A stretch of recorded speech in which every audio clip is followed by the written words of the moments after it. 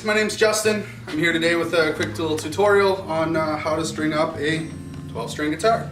First things first, this is my Attack Mean Jasmine. I love her to death. She's beautiful. Sounds really great. So I've had these strings on for about 8 months now. They're rusted out. This one's broken, as you can see. There's 2 different ways I've been taught on how to take the strings off a guitar. Mainly I was taught when I was younger that the first thing I would do is to take off the middle strings, and I'd take off 1 string at a time and work my way out, and that way you keep the tension on the neck, your neck does not warp. However, for the little amount of time that I will have the strings off to putting the strings back on, it's more convenient to take all of the strings off so I can get to my fretboard, to condition the fretboard, to clean my headstock, to clean underneath the bridge, all that stuff. So that's the way I'm going to show you today, and that's just the cleanest way to do it and the easiest and best in my opinion. So we can take, the old manual string winder, or your fingers as it is, if that's all you have. I also, for quick work, I also have this gun here, and it works really great. So first I'll show you how to use this guy. You can start on whichever peg you feel like, and I will just start by taking this and loosening it up.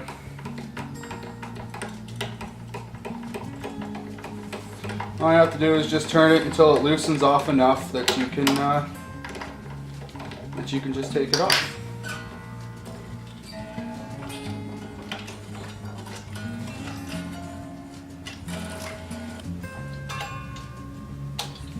Just like that.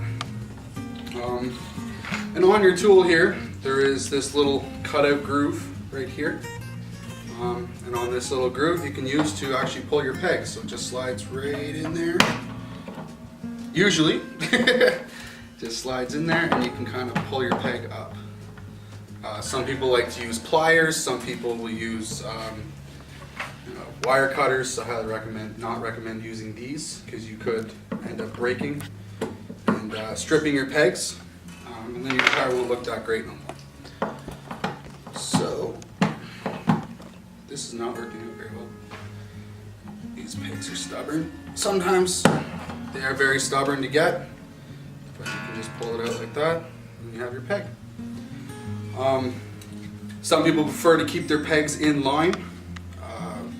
So like on our mat here, we would keep it as 1 through 12. Personally, I don't care.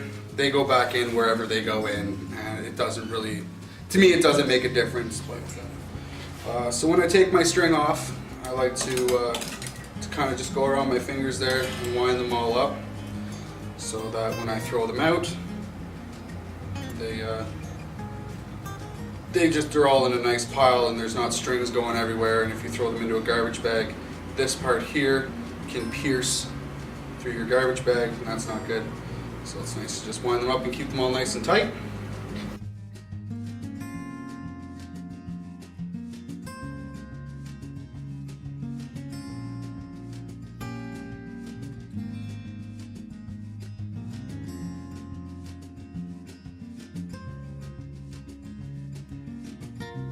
Okay, so I like to go through and go ahead and just unwind them all, just like I have done here. And then when I'm done that, I pull them off just one at a time and then pull my pegs. You can do them all off, but you'll have a mess of strings down here. And when you have a mess of strings, it's just kind of annoying to sort through all of them to pull your strings out. So yeah, so this is just the way I like to do things.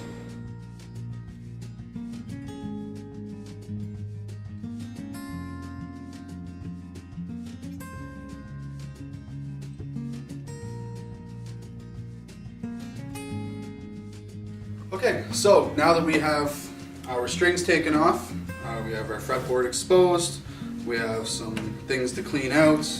Even I noticed my bridge just looks a little bit rough. You can take this time to sand and clean and do whatever you want. You can pull this out, get some of the dust out of your bridge.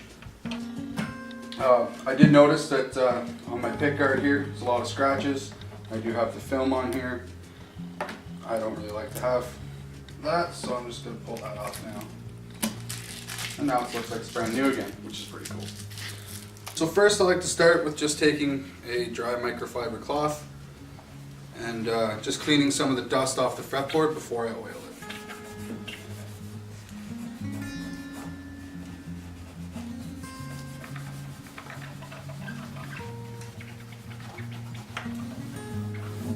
Just like that. So we're going to take our oil.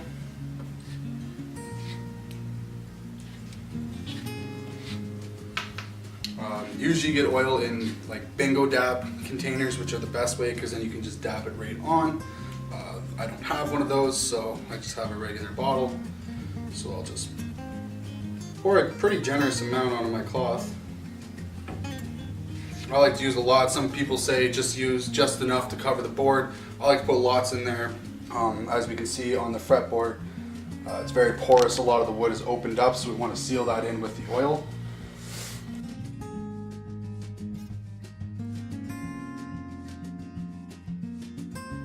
So I'm just going to put a generous amount on, make sure I get between the frets and right into the little corners of the frets here. So up here you can see where these white lines are.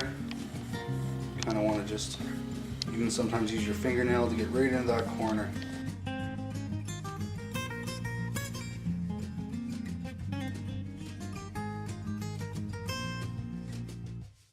Now we'll give that some time to seep into the wood and to make sure it fills all those little gaps in the wood. And while we're doing that, we can clean our headstock, we can clean the body of the guitar, we can clean everything. I'm going to use some low abrasion metal cleaner on my tuning pegs up here. And on the posts, and just make sure that's all nice and shiny. So again, same as the oil, I'll put some of this cream on there. Just take it, kind of rub it on there. It's nothing too crazy. You don't have to go crazy with it, you don't have to go nuts. Just put it on there.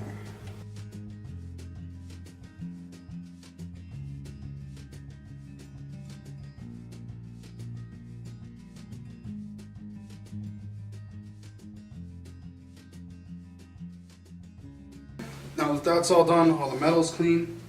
If you're doing this on an electric guitar, definitely take the time to, you can clean and shine up your pickups, you can clean and shine up your tailpiece, your bridge, whatever you have. You can do your peg knobs, whatever kind of metal you have on the guitar, you can take that time to shine it all up. And again, just like I did the fretboard, I'm going to wipe my dust down off the entire guitar before I do my cleaning.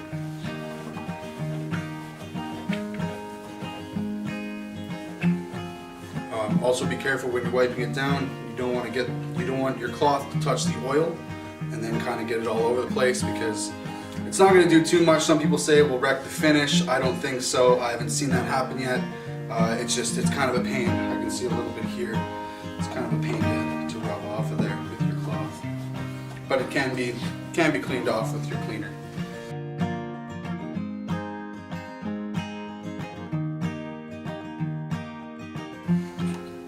Also, this is a good time to look for any defects on your guitar in places you would never look, like at the bottom of the neck. You can see if there's any cracks. You can see if there's anything that needs to be fixed. You can tighten up your strap pegs. As well, you can look at your tuning heads and these screws here, and you can see if they need to be adjusted. I'm just going to take some finish cream or whatever cleaner you would have. I highly recommend not using cleaners like Windex or anything like that on your guitar. You could, I don't know if it's going to damage anything, I just wouldn't recommend it. I'd recommend getting a special product for guitar cleaning. So I'll start by just spraying it on my cloth. If you put too much, it's a pain to get off the guitar. If you put too little, it won't really come clean. So finding your sweet spot is pretty difficult. I tend to apply quite a bit, but that's just up to your discretion. So the way I want to clean my guitar, especially with this cream, is you just want to go around in circles. Clean your body up nice, give it a nice shine, get rid of all the fingerprints and all the dust on it.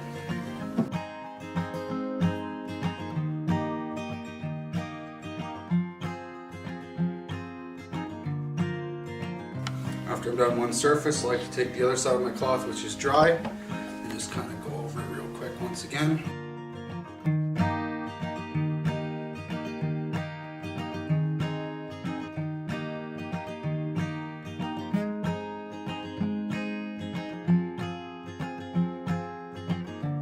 Alright, body's done, top of the headstock's done. We're just going to go around and finish cleaning the back of the neck, back of the headstock, and around the rest of the body, around the sides and the back.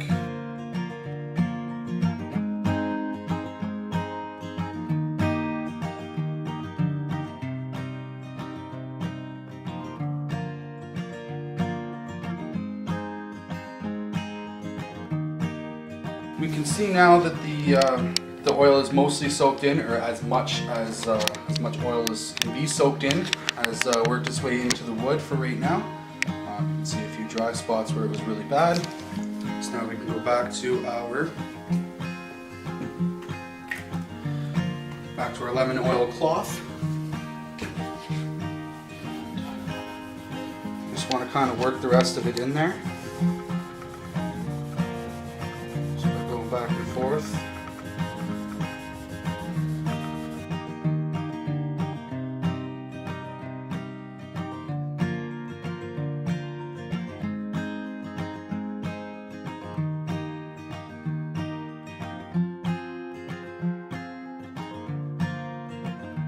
Just like that. So now you can see it's all nice and covered again. We don't want that, we want a dry fretboard. So I will open up my cloth, I will find a dry side. At this point you can grab another cloth, the cloth you're using for cleaning, find a dry side, whichever you need. And then go back over it one more time.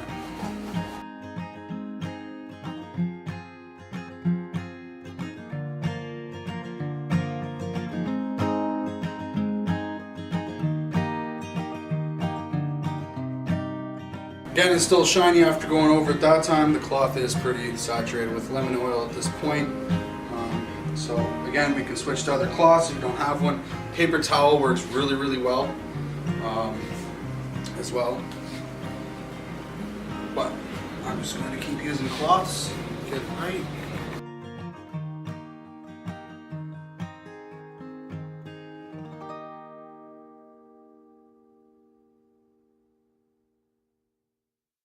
Once I restring it, and as I'll be playing it, and yourself once you restring it and you're playing it, you'll find for a little while it will still be a little oily on your fingertips and stuff like that. Just give it some time, it'll naturally, the rest of the little residue that's left on top will eventually work itself into the fretboard, and that'll go away. I also like when it's freshly oiled and you have fresh strings on, that little bit of oil gives a little bit, just takes away some of the friction, makes you slide a little bit better, so I enjoy that. Okay, so now we will put on our strings. I have D'Addario light gauge strings. It's actually the only strings that for the 12-string acoustic that they had at the music shop I was at. Hopefully your music store has a better selection so you can get what you need. These will work for me anyways, and I'm perfectly happy with that. So these D'Addario strings like to just come in kind of a bit of a heap like this. So you do have to sort them out. They are sorted by color. So for instance, we have our green color here. In our green color, we will have a thin string and a thick string. And I reference to my package here that the color code for green is the 5th and 6th string, which will be the G strings. And you'll tell by the light gauge, the thick gauge will always go on the bottom, the light gauge will go on the top as you're looking down the guitar. So for instance, your heavier gauge will be your 5th string going from the bottom up, and your heavier gauge, or your lighter gauge, will be the 6th string on the G. But I will start with using our first, which is silver, for our E.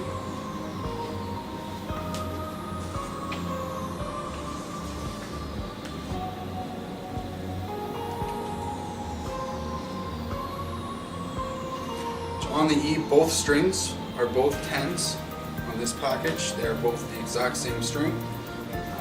So it doesn't matter which one goes where, top or bottom, both will go the same. So Start by taking one, take a tuning peg. As you can see, the way that your tuning pegs go, they will line up with your peg holes. The way they go will line up with your tuning pegs.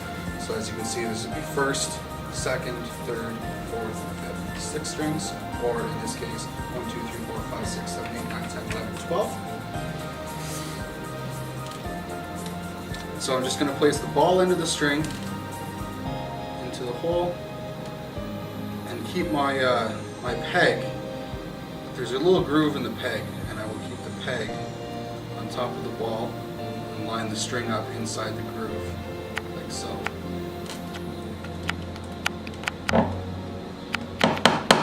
So as you can see, it's a little bit tight to push in right now. Once I get a little more tension on the string, I'll be able to push down and keep pushing until that locks in place. So bring your string up. And here's the thing, some people like to hold their string tight, put it in their groove on their bone nut, and they like to do this where they take it and wrap it around a bunch of times until they get like 5, 6, 10 wraps, or however many they want to do, and then they put it, and then after they're done their wraps, they put it through the hole, tie it up tight, and then they can start turning. I used to do it that way. I found it took me a little bit more time, and I wasn't really happy with how that was going, so what I do is I just go ahead and put it through the hole. I leave some slack. On the thinner strings, you want to leave a little bit more slack because you have more room for more winds, and the thicker strings, you want a little bit less slack because they're going to take up a lot of the peg space real quick. So I just take it like that, take my gun, start turning. You want your string, when it's coming from the bottom up, you want it to wrap around from the inside out. So you want it, sort of, if you're looking at the top, you want it to wrap clockwise on this side, counterclockwise on this side.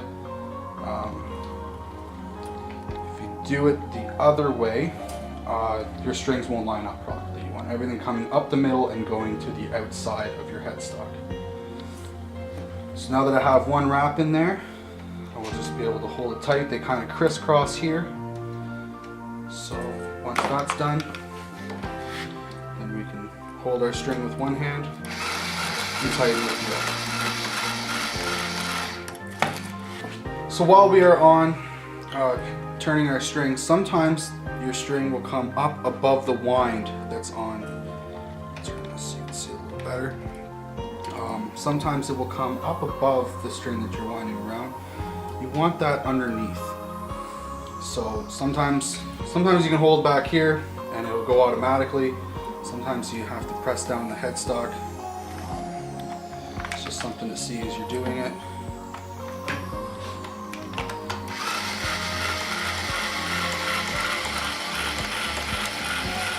And for a bit it'll look all wonky, it'll look all weird, and it won't look very symmetrical, and it'll just look like, somebody who didn't know what they're doing is doing it, but as it tightens up, all these little gaps will fill in as the string tightens around the post.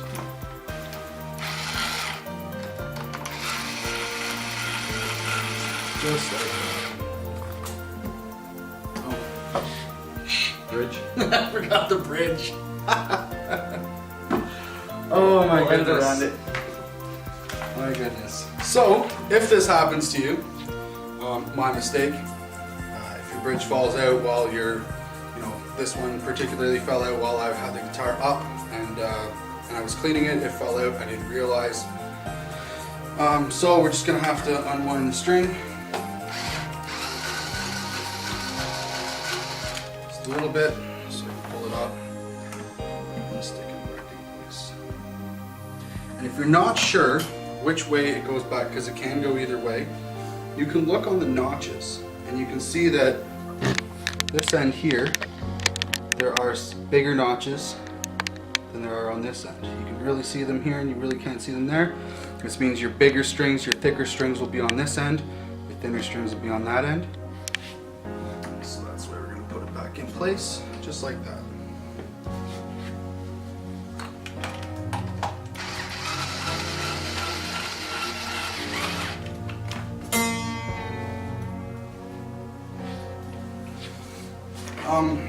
So at this point, like I said earlier, some people like to go ahead and pre-wrap. The biggest reasoning for that is that you make sure you get your 10 wraps or whatever it is that you want all the way up your post. Sometimes when you're holding the slack, you're not really sure how much slack to hold off on to get that many wraps. Sometimes you get too little, as I kind of have here. Sometimes you get too many. The more wraps you have around your post, the more likely it will stay in tune. It will hold a little bit more tension that way. Personally, I don't find it to be too big of a difference. I'm going to leave this one as it is, and that's just up to your discrepancy and your choice. At this point, I do like to cut my strings off just so they're not, or my tails off, just so that they're not in the way while I'm working on the rest of the strings. This will just be in my way and I'll constantly be hitting it and I'll start yelling and screaming. Nobody wants that. So when I cut it, I like to cut with maybe a 1/4 inch, 1/8 of an inch left behind. Now, you hit your finger on that, that's going to go right in your finger, and that's not going to feel good at all. So at that point, you can either take your cutters and carefully just turn the end to the side so it doesn't make such a sharp point. Use pliers, whatever you have kicking around.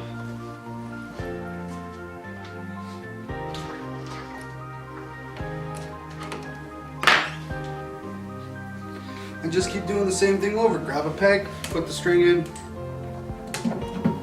just like that. Run it across. Do this how you do it.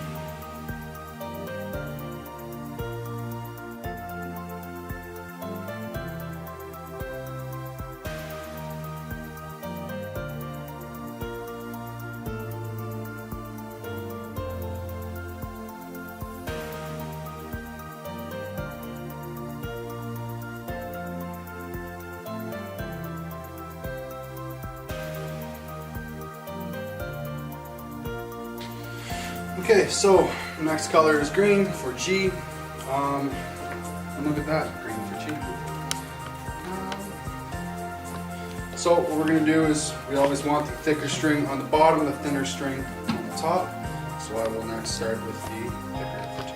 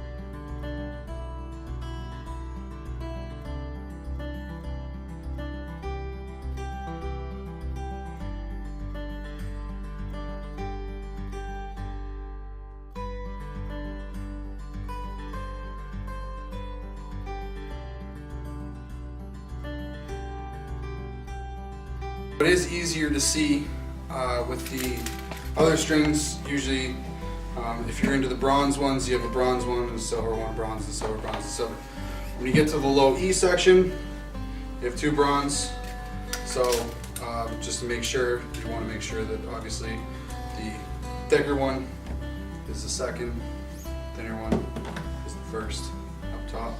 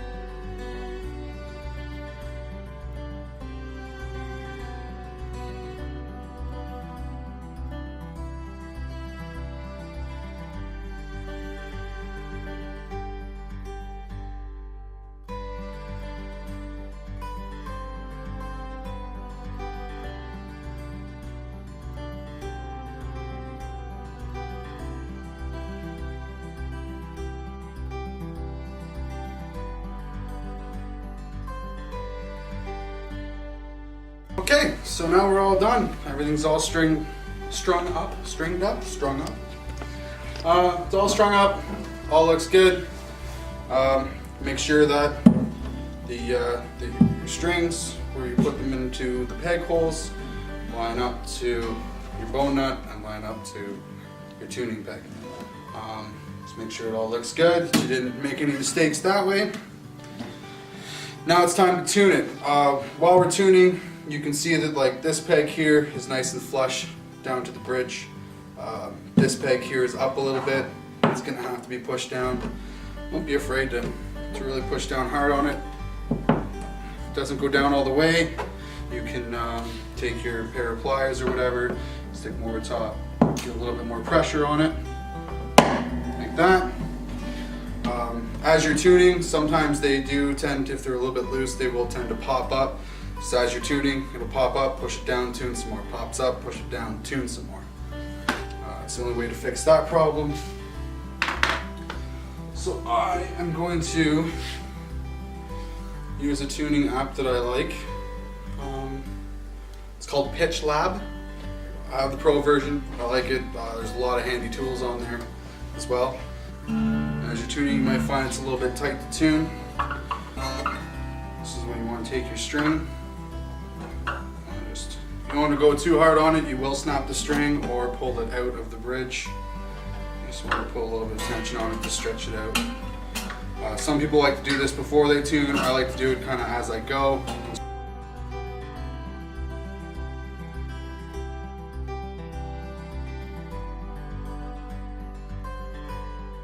So you want to tune each string the exact same, just the exact same note, just one octave higher and lower. So you get this. So I go, unlike stringing where I said we take the strings all the way off instead of going from the inside out. When I'm tuning, I like to start with the lower end and move up to the higher end. So I'll go E, E, A, B, D, G.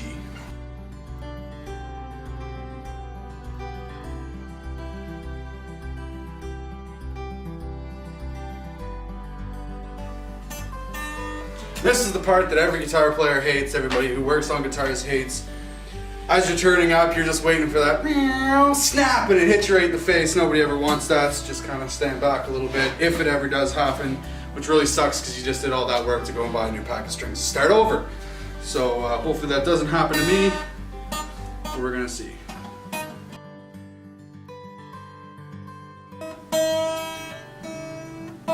It's that face, it's that. I don't know. But we're good, we're still alive, we still have our face intact, so that's good. So back down to the A strings.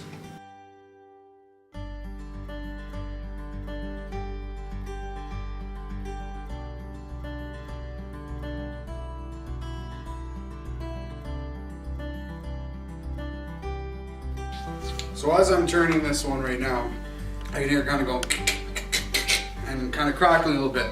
What's happening here is when I tighten the strings up, it'll happen with this one too. You can see how they're not nice in line like these guys are. So what's happening is it's making all that noise, and you're trying to tune up, and it kind of goes up a little bit and then drops down and goes up and drops down. It's just because you're tightening around that post, getting rid of all that space, and it's tightening up. So just keep at it, and eventually you'll get it into.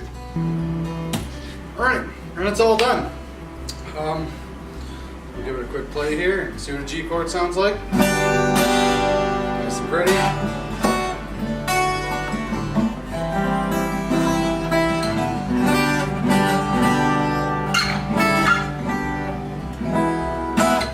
So you will notice, because of the oil in the fretboard, like I mentioned earlier in the video, that you'll have a little bit of, you'll hear a little bit of squeaking when you're sliding, and it'll be really, really slippery for a bit.